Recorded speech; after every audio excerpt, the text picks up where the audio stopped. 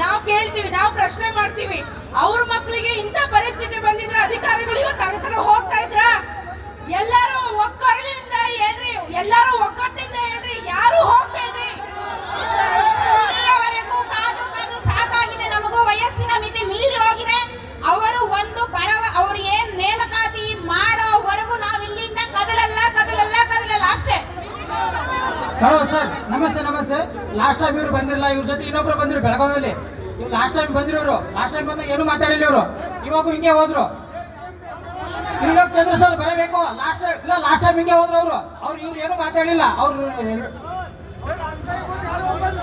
ಅವರು ಇಲ್ಲ education department minister ಬರಬೇಕು, ಇಲ್ಲಿ ಮಿನಿಸ್ಟರ್ ಸಾಹೇಬ್ರು ಬಿಎನು ಬರಬೇಕು. ಅವ್ರು ಬಿ ಎಡ್ ಯಾಕೆ ಮಾಡಿವಿ? ಎಲ್ಲರೂ ಅಧಿಕಾರಿಗಳ ಕಾಲಿಗೆ ಮುತ್ತಿ ಹಾಕೊಂಡು ಬನ್ನಿ, ಬೇಕಾದ್ರೆ ಬರಲಿ.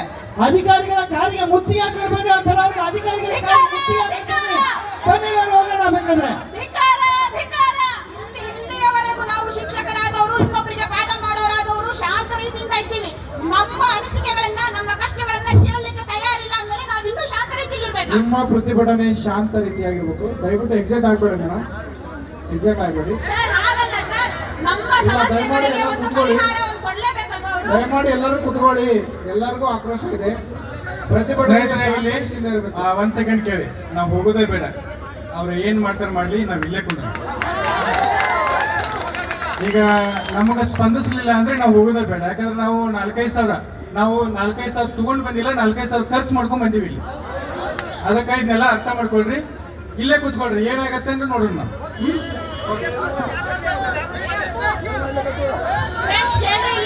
ನಾವು ಇವತ್ತು ಮಾಡು ಇಲ್ಲವೇ ಮಡಿ ಅಂತ ನಿರ್ಧಾರ ಮಾಡ್ಕೊಂಡು ಬಂದಿದ್ದೀವಿ. ಯಾರೂ ಕೂಡ ಈ ಸ್ಥಳವನ್ನ ಕದಲೋ ಹಾಗಿಲ್ಲ. ನಿಮಗೆ ಹುದ್ದೆ ಬೇಕು ತಾನೆ? ಹುದ್ದೆ ಬೇಕು ಅನ್ನೋ ಉದ್ದೇಶಕ್ಕೆ ಮನೆ ಮಠ ಅಕ್ಕ ತಂಗಿಯರು ಎಲ್ಲವನ್ನು ಬಿಟ್ಟು ಬಂದಿದ್ದೀವಿ ತಾನೆ? ಅವ್ರು ಹೇಳೋವರೆಗೂ, ನೇಮಕಾತಿ ಮಾಡ್ಕೊಂತೀವಿ ಅಂತ ಲಿಖಿತ ರೂಪದಲ್ಲಿ ಬರೆದು ಕೊಡೋವರೆಗೂ ಇಲ್ಲಿ ಒಬ್ಬರು ಕೂಡ ಜಾಗವನ್ನ ಕದಲೋ ಹಾಗಿಲ್ಲ. ಏನಂತೀರಾ ಇದಕ್ಕೆ? ನ್ಯಾಯ ಬೇಕು.